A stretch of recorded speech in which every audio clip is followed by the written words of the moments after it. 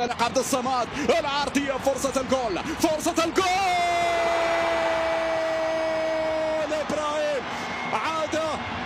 إبراهيم عاد مبدع.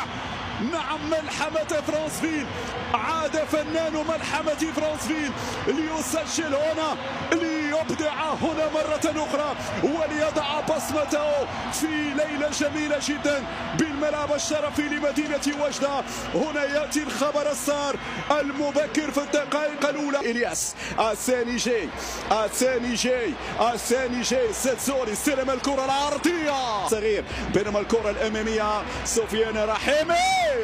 هنا المتابعة من إدم أزنو يتقدم، رحيمي مرة، رحيمي والثاني. غريبة إلياس تلعب هذه الركنية. إلياس في القائمة الثانية بعيسل بالنسبة لجمال حركاس على مستوى محور الدفاع في انتظار كذلك عودة المصابين. بينما الزلزولي لا زالت مغربية. إبراهيم والثاني،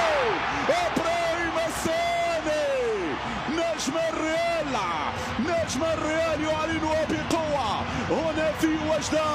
أنا نجم الليلة، اللاعب رقم 10 يمتعنا مرة أخرى، يثير كامل إمكانياته لإسعاد الجماهير المغربية. الجوهرة في وسط الميدان إبراهيم دياس، الريال إبراهيم، المغربي إبراهيم يمنح الثاني في انتظار ربما ليلة الهاتريك يا إبراهيم يا دياس. هذه الإعادة بنظرة القناص إبراهيم دياس، فريق أقل من 19 سنة ويتم استدعائه في بعض الفترات من طرف كومباني رفقة الفريق الأول. يتأقلم على الأجواء بسرعة رغم حداثة عهده مع المنتخب المغربي، رغم أنه حتى الآن الرسمية في البايان ليست بالسهل. الركنية مرفوعة في القائمة الثاني، والثالث يضيع عن طريق اللاعب جمال حركاس. كان هناك نقاش مع 1 على 1. أزنو يدخل، رحيمي باتريك والباس رائع من إبراهيم. الثالث ممكن عبد الصمد الزلزولي. رحيمي يطلبها. المنتخب المغربي الأمور تتطور بشكل إيجابي بالنسبة لجمال حركاس في الآونة الأخيرة. والجميل في وليد الركراكي رغم بعض المؤاخذات لكن دائما الثقة توضع في لاعبين يرى فيهم بأنه قادرين على إعطاء الإضافة. تسدد الكرة، ترفع، مرفوعة في القائمة الثاني بالراس، الراسية، والكرة بعد ذلك تبقى الجزاء ممكن تتسدد تسديدة لكن بعيدة تماما عن مرمى عناصر منتخب ليسوتو. هذه العرضية في القائمة الثاني بالراس في اللحظات أو في الأيام الماضية مع مانشستر، بينما كرة أمامية والصعود لنصير مزراوي لكن تمر جانبية بعد ذلك. هذا هو نصير الاسم الذي كنت أتكلم عنه وعن تطور أداء الكرة، قصد المدافع مباشرة كما يفعل إبراهيم دياس. إبراهيم يمرر ونصير العرضية.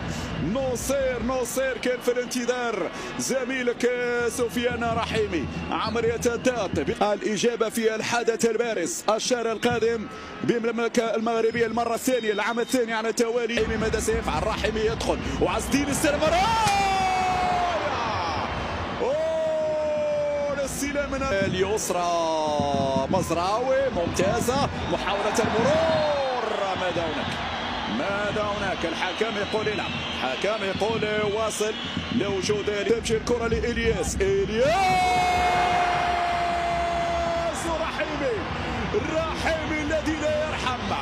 رحيمي الذي لا يرحم، الحراس بيرسيا. هنا سفيان رحيمي يواصل مسلسل الأهداف الليلة في المباراة الختامية للتصفيات الأفريقية. رحيمي بالراس، كرة أمامية، هنا اللقطة ممكن يأتي الرابع.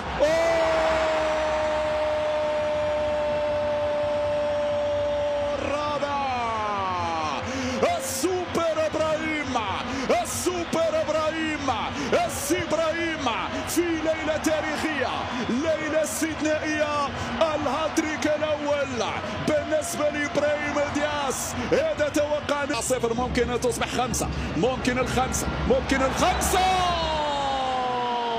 ركلة جزاء ركلة جزاء نعم بالطريقة هذه. يطلق الإشارة سفيان والخامس نعم، الخامس نعم. خمسة وخميس يا رحيمي، خمسة وخميس يا رحيمي في الشوط الأول. هجومي بامتياز، هذا ممتاز عن طريق إبراهيم، حتى رائع لبلال.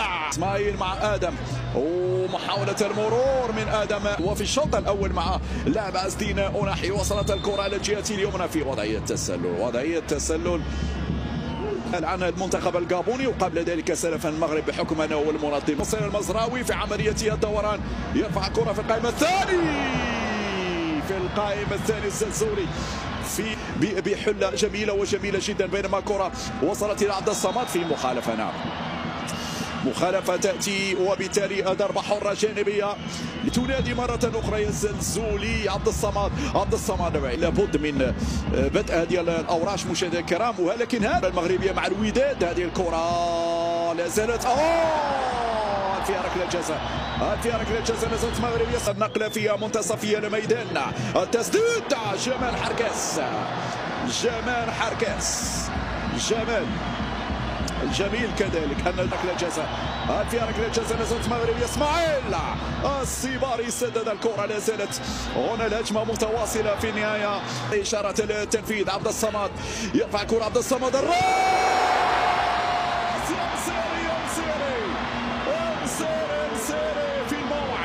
ينسيري في الموعد، يدون سادس الاهداف المغربيه. الفستيفال يتواصل، دخل فسجل، هو الجول يدور. مشاهدينا الكرام انطلاقه من اسماعيل والسابع. اسماعيل يضع بصمته في المباراة في منتهى الذكاء. هو اسماعيل يجيبكم، هو اسماعيل حاضر، هو اسماعيل البديل، دخل فسجل. هذه النتيجة نعم. بينما كرة للوساتو، ياسين اول اختبار.